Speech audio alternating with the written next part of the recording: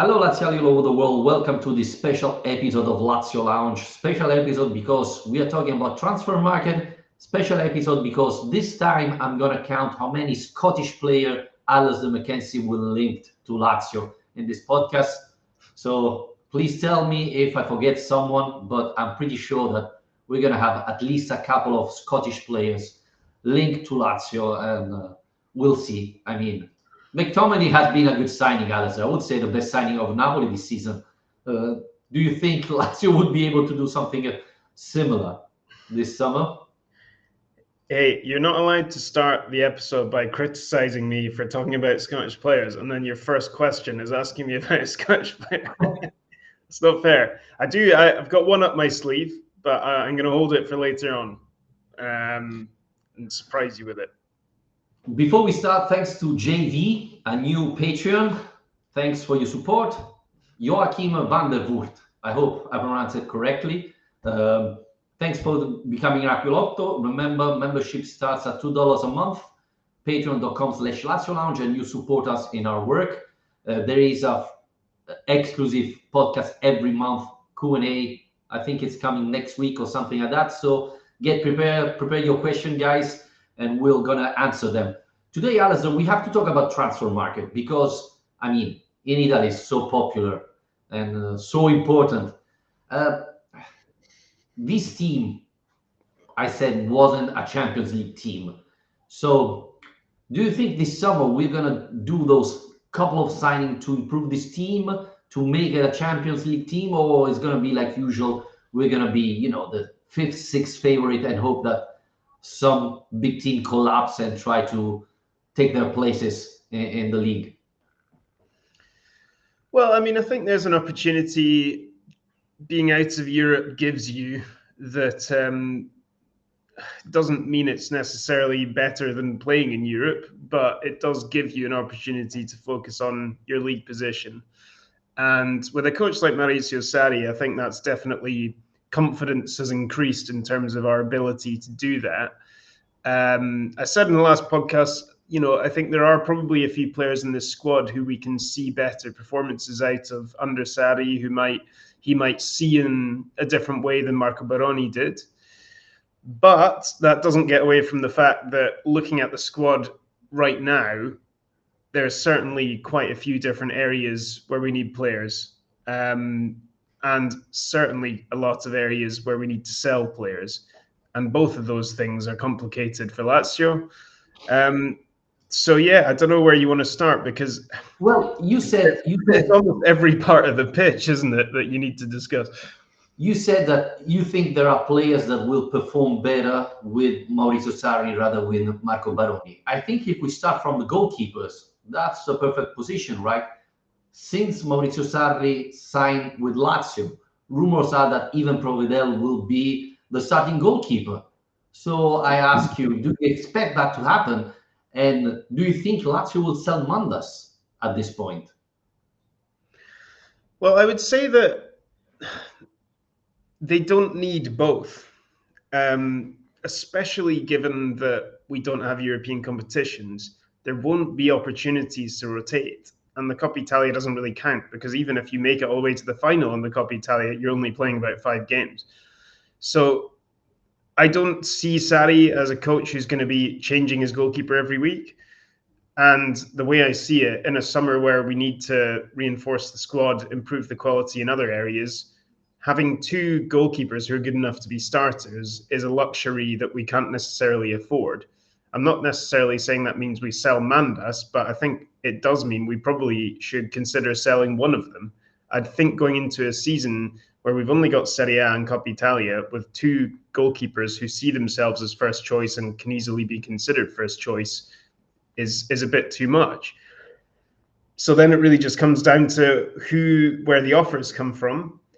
And it also comes down to whether we see the pre-existing third choice keeper, your youth team guys, your Fulanetto, whatever, as being good enough to be your second choice if something goes wrong, or if selling means we would then need to go and buy a number 2.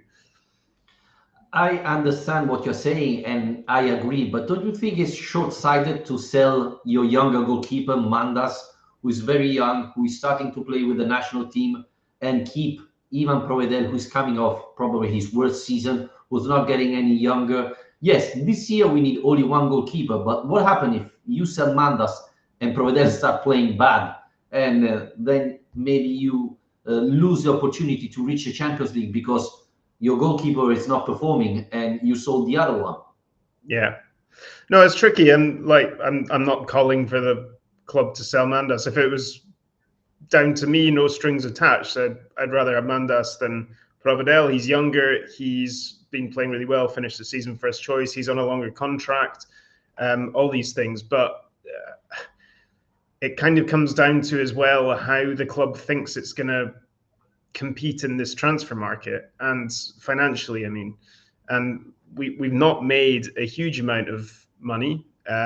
Player sales are going to be an important way of actually generating the cash to go and do something interesting in the market. And let's be honest, Vittorio, if you're thinking of it that way, there is a big difference in what we could realistically get for a 23-year-old keeper who's just emerged with a breakthrough season, and a guy who's already in his 30s, who's only got a couple of years left on his contract, and who finished the season on the bench. So although it'd be easier to say, oh, if it's a choice between one or two, sell Provedel, I'm not sure what we can really realistically expect to bring in for Provedel that will then help improve the quality in the rest of the squad. So if it's really just a game of trying to work out how we get the best quality squad possible, having Provedel as your number one and selling Mandas to generate cash to invest in better players in other areas of the pitch might actually be a better business decision. Alasdair, I know we want to go section by section, but our sport director said we are not selling our top players. But how can you make money if you don't sell? I mean, no one's going to pay you 10 million euros for Basic, right? Or Fares. So if you need to sign key players, you have to sell your top players. Do you think Fabiani is true, or he's just hiding the truth and Lazio will sell one or two key players? Because, I mean, selling Mandas is for cash. I think you need to sell maybe another player, other two, to reinforce this team. Yeah, it's tricky. I mean, they definitely need to get rid of the deadwood, but we say that every summer and it never happens. And then I guess the question is, I mean, I'll throw this back to you because I've just dealt with a tricky one. Who, if you are having to sell key players, who are the key players you sell? And I'm talking about in terms of the ones who've been linked with sales that could realistically make a lot of money. It's Mandas, Gila, Tavares, maybe Guendouzi, maybe Tati. But the club is spending the whole time saying, no, we're not selling big players. Maybe that's part of their sales pitch. I don't know. But I don't know what you think about it. But if it's true that Al Hilal offered 30 million euros for Nuno Tavares, for me, he should have been already on the plane. Yeah. I mean, I like the player. He's been terrific since till end of October. But after, he's been pretty much invisible. 30 million euros. I don't care. You have to give 40% to Arsenal. I mean, nobody's going to offer you something like that, right? So to answer to your question, Nuno and Tati, for me, are the players you can sell without regretting it. Because Rovella and Guendouzi or Gila is different. But Nuno Tavares and Tati, if someone offer you 30 million euros, Fiumicino's there, guy. Enjoy the flight, right? Yeah, no, I agree. I was amazed by this idea that they didn't consider that a high enough offer for Tavares. It's a dream, getting a Saudi club to come in for one of the players who's had a shocking 6 months and you've just signed for almost nothing. Like you say, even when you consider the sell-on fee going to Arsenal, you're still making a huge amount for a player who out of the expendable ones is certainly higher up in the list.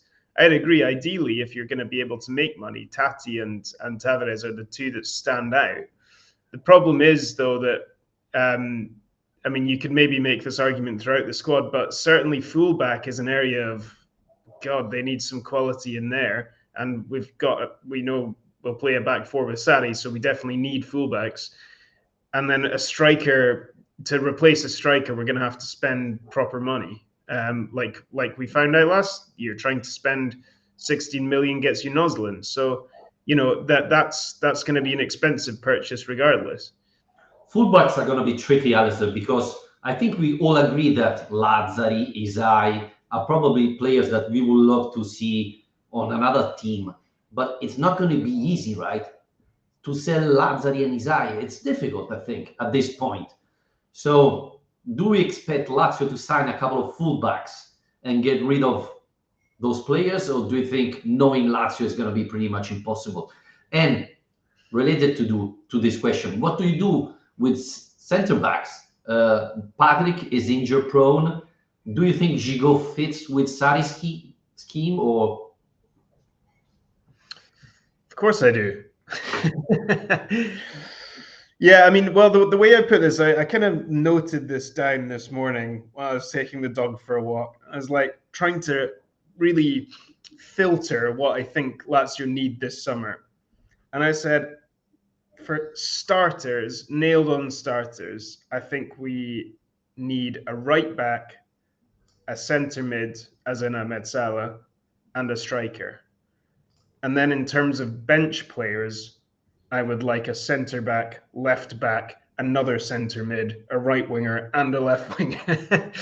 But I think in terms of the places that you absolutely have to have starters in this team for next season, I would say it's right back, Mezzala, and striker.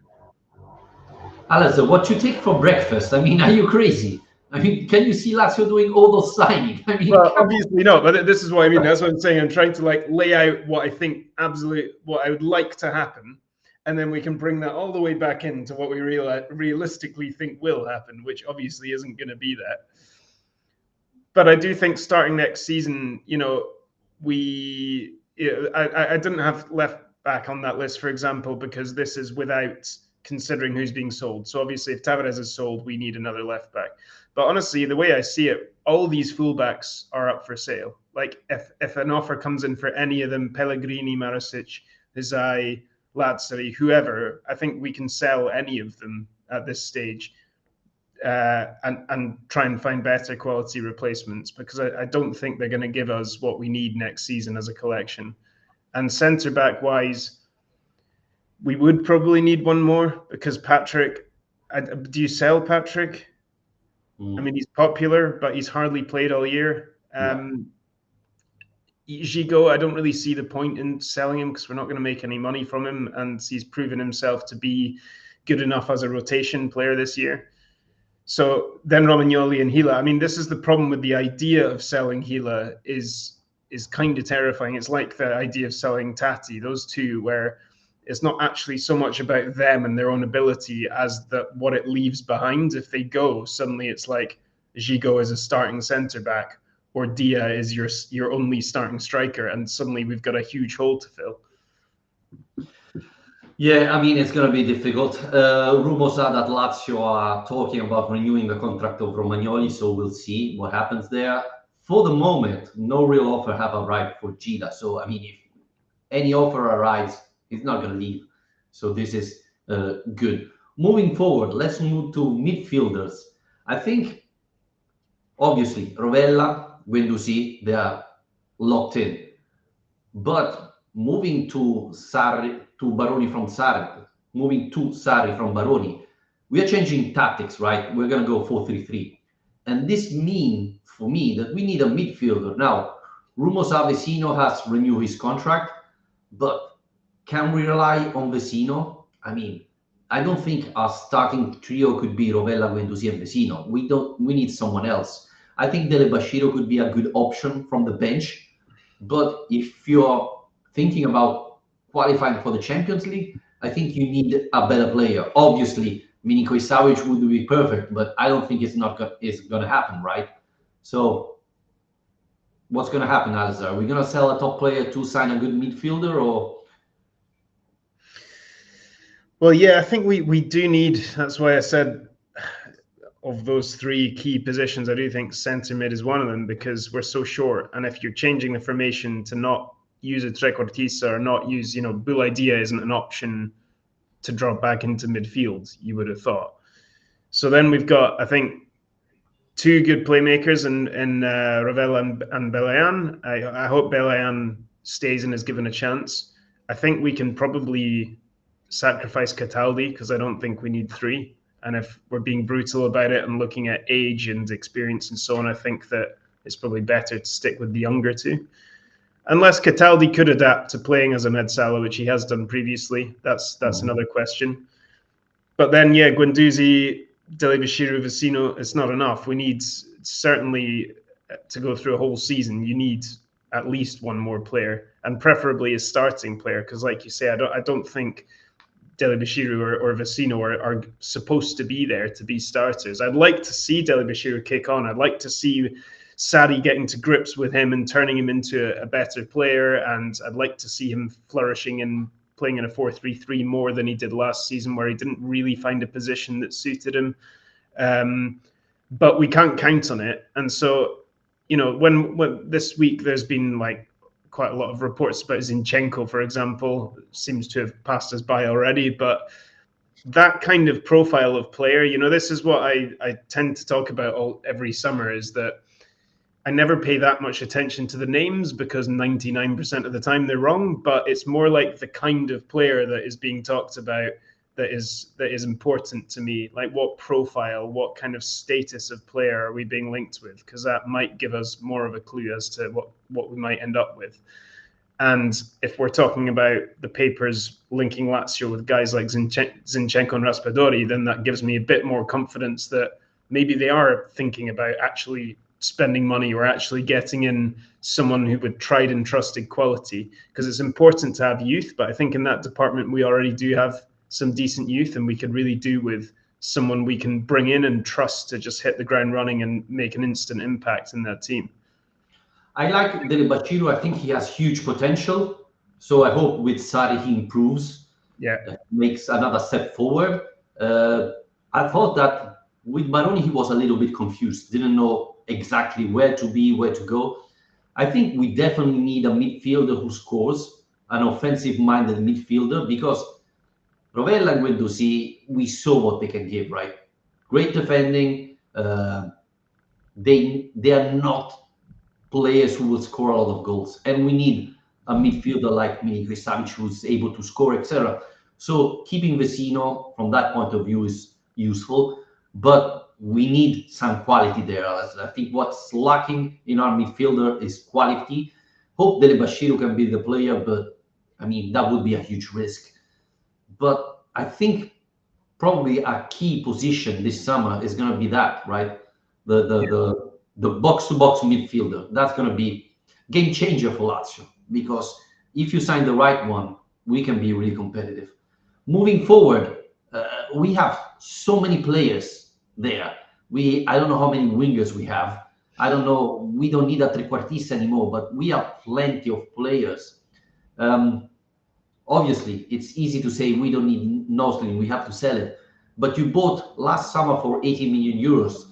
I don't think Lotito is going to sell him for less than that. So this is going to be pretty much impossible. Rumors about Chauna leaving for PSV, but he's our youngest player we have in the squad. He could be the talent, the raw talent we need that could improve with Sarri, right? That's what Sarri does.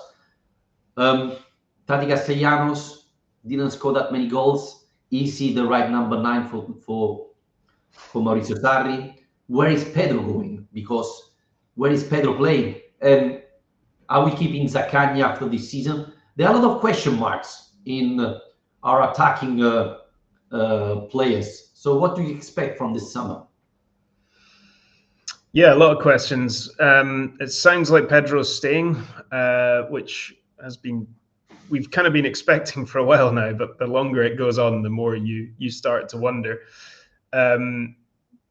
Yeah, a lot of options. I mean, it's difficult to tell what Sarri will be thinking, because I'm sure he'll have watched back the tapes of games last season and he'll have analysed Chown and Noslin. And I'd love to know what he thinks. I'd love to know if he thinks that, Noslin, for example, he might say, why has he been playing on the left wing all season? He's a striker. He might say Chauna just needs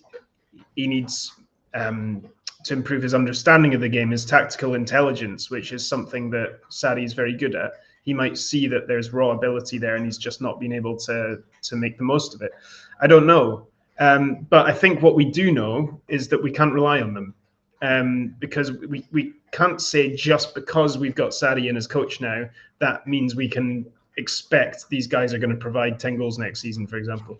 I think there has to be an increase in quality in the attacking department. It's slightly more worrying as well if we think back to Sarri's last time in charge, where we had Ciro Immobile as our striker and we still really struggled to score goals, even with Luis Alberto on the team. That to me is a concern. You were talking about the goals from midfield. That's a problem too. Obviously, we need someone who can do that, because we can expect Guendouzi will be one of the starting Mezzala next season, but Guendouzi never scores goals. I mean, he's got plenty of great qualities, but scoring isn't one of them. So it's hard to say what we're looking for here. This is what's confusing me, because on one side, I'm thinking, God, we need a 20-goal-a-season striker. We need someone we can rely on here to actually take chances when they come. But the other side of me is thinking, I really like the Raspadori style idea of having a player who's more kind of makes you think more about Sarri's Napoli team, the Dries Mertens role, the guy who kind of ties everything together, the false nine player rather than the tip of the diamond player. Sarri never really had that last time at Lazio, and I think that the style of play adapted as a result of having a classic number 9 rather than a false number 9. And I wonder if he's tempted with this team now to try and go back to a false. I don't know. So Lazio have been linked to Pio Esposito, who is a real number 9, who did really well in Serie B this last year, and Raspadori, as you were mentioning, who is a completely different number 9, I would say. Not really a number 9, is he? He's kind of like a 9-10. Yeah. So you prefer option B rather than option A?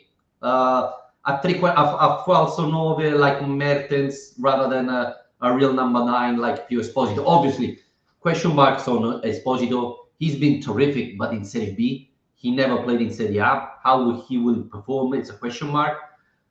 Raspadori did well in Napoli in the last couple of months, though. He didn't play that much. Could he perform as number 9? Because we don't have the trequartista, and I don't think Lazio will play again like with a 4-2-3-1. I think we're moving to a 4-3-3. So are you moving Raspadori to the wing? He's going to be your number 9. And do you like that? Because one of the things, Alex, that we said a lot in this podcast is Lazio struggle a lot when the team defended with all the players. And you have to put those balls in the boxes. I mean, don't expect Raspadori to score headers, right? So do you think Raspadori is the best solution, and why?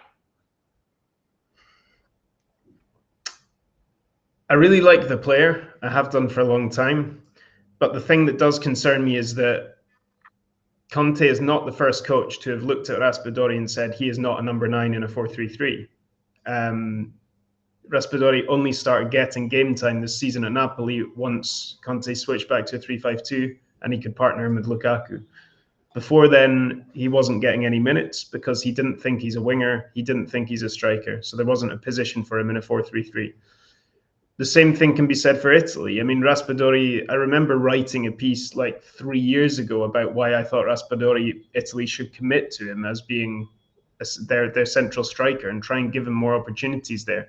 But it never happened. Spalletti liked to use a 4-3-3 for a long time. Mancini before him. He wasn't really seen as someone who can do that. So there's a kind of history there of coaches not really believing in him in that role. I'm not sure about that with Sarri, because I think under Sarri, he could be something different to what all those coaches wanted him to be. But my concern is more that, like, by using a player like that tactically, I imagine you're wanting to use him as a way of like bringing the wingers more into play.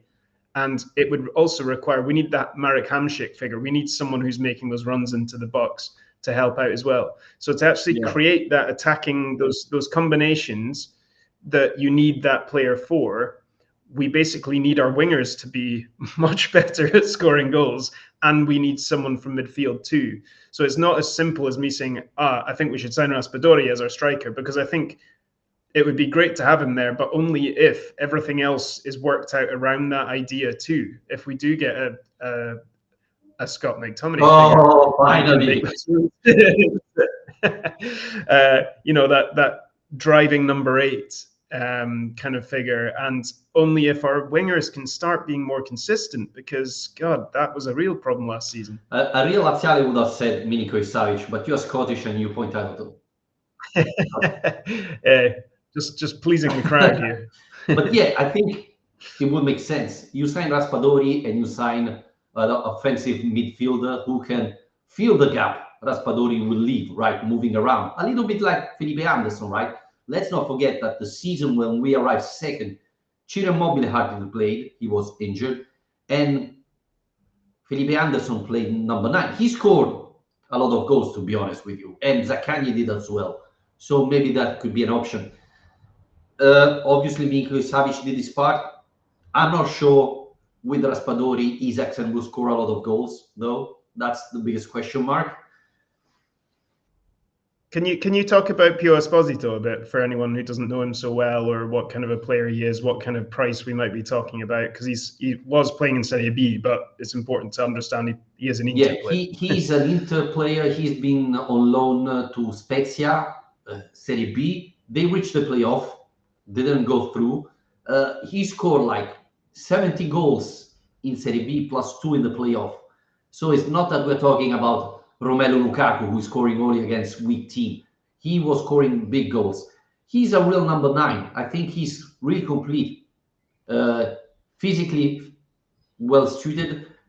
He's good with his header. He can score in different goals. The biggest issue I have, the biggest problem Lazio has is he's an Inter player, and now he's going to the Club World Cup with Inter. I don't know how much he will play because he's injured, but if Inter trust him, it's going to be difficult to sign him. We're talking about 25 million euros, I think, for the player. And we know that Lotito never spent more than 20 million euros. But he's 19 years old, Alasdair. He's very young and he's ready. So, I would go all in on that player. But, asking Lotito to spend all that money, it's really hard to believe, especially because he's not a Verona player. So... But talking about Raspadori, I think he could be a little bit cheaper, but not that much, right? I think it's 15 million euros, not less. Yeah, I mean, I find it really hard to believe Lazio would be able to sign a player of that kind of status. But yeah, I mean, I think these discussions are interesting, like I say, more about the profile and what that means as well, because this is an important aspect of Sarri having more of a say in the mercato this time. Sarri being able to steer the club towards certain players, because it is, it was difficult for him. Vedat Maurizio, for example, in his first season was one of his options. Like, it's not a Maurizio Sarri player. And like I was saying, I think your whole market has to be aligned as to what kind of profile of playing you're getting. You can change what the targets are based on what's realistic, based on how difficult the negotiations are or whatever. But I think they have to have a very clear idea of what kind of player they need to get, rather than just reacting to opportunities and grabbing the next thing, even if it's not the right fit. And I think that's probably the biggest question in terms of that style question, isn't it? Because we know it'll be 4-3-3, but that's really the thing. Will it be a false 9 or will it be a classic 9? I think that's the biggest kind of tactical question. We also have to talk of Dia, because is he staying? Is he fitted for the 4-3-3 of Sarri? I think maybe he's a better solution rather than Tati Castellano, because he's a number 9. He scores goals, right? He didn't have that many opportunity, but when he had, I thought he was rather better finisher than Tati. So, you could sell Tati, keep Dia, and sign another younger, interesting number 9 to play with Dia starting, and then, see how the season goes. Do you think that could be a plan for Lazio? Yeah, I think he's a player, isn't he? Because I think he's got quite a rounded game, quite a complete game. Obviously, his form had highs and lows. He does dip in and out a little bit, but I think he's got a lot of different abilities. He showed an ability to kind of play between the lines quite effectively, to create goals, to score goals. He's quite a big guy as well. So when you're talking about that, like, Hail Mary last option of throwing balls into the box, he's not useless in that scenario either. So I think he's a useful tactical piece for Sarri next season. But I don't know if he'll be starting. I feel like if he's starting up front as a 9 next season, that probably means we've not got what we wanted in the market, rather than Sarri has said, this is my guy. Alasdair, I have 2 questions for you because there are a lot of rumors popping up as usual.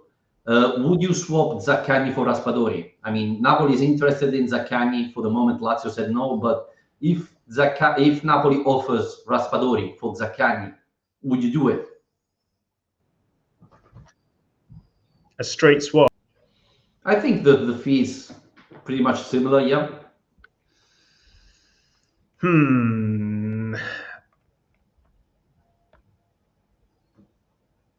If it was Raspadori? Oh, it's difficult, that, isn't it? Well, I'll throw that back to you. I need to think about that for a second. Well, I think probably yes. I think Zaccagni is getting older, Raspadori is younger, and he can play in different positions. You were mentioning he could be a winger as well. You have still Nosling. I don't think you're going to be able to sell him. So, probably yes. Again, it depends on a lot of factors. If it's going to be swap, no money in between. The thing is, though, that you need to sign a winger. I don't think Raspadori is a winger at all. I don't think we can play him there. So I think if you're making that swap, it means you're selling Tati, you're having Raspadori as one of your options as a striker, and then you really, really need someone in on the left wing, because we would otherwise be left with Noslin, Pedro, and Noslin's not really a winger. Pedro prefers being on the right. So you don't actually have anyone naturally who's a left winger in the squad. Chauna prefers the right. Isaacson prefers the right. So yeah, I mean, that's quite a complicated one. Also, for what the questions it raises afterwards, I'm not convinced that's the way I would want to do it. No. And the second question is: there are rumors that Inter is going to sell or Çalhanoğlu or Barella, and then come to Rome and try to buy Rovella. Would you be interested in selling Rovella to Inter if they offer Pio Esposito and money, obviously? I think under certain conditions you can consider it. Like, I'm not going to change my complete idea from one week to the next. Last week I said there's no one in this team who's unsellable, so I'm not going to change my mind now. I don't think there is anyone in this team who's unsellable. You just need to make sure that the conditions are right. With Rovella, he's a very important player for this team, but we do have a player in Belayan who can play his position, who's younger than he is, who we can still get the best out of. Even with Cataldi coming back, would kind of have another option there. I don't think either of them provide the quality that Rovella has, though. So that's why I think you have to be really careful, because Pio Esposito, for all his potential, he hasn't achieved the potential yet. It's still a bit of a risk. And you don't want to be regretting that one further down the line, because Rovella is one of the few players in this squad we know we can rely on, right? We know he's going to hit a certain level. And also you're selling him to another team in the same league, and that's kind of like flashbacks to 10 years, 15 years ago, selling everyone to Inter. So if it was 20 plus Esposito for Rovella?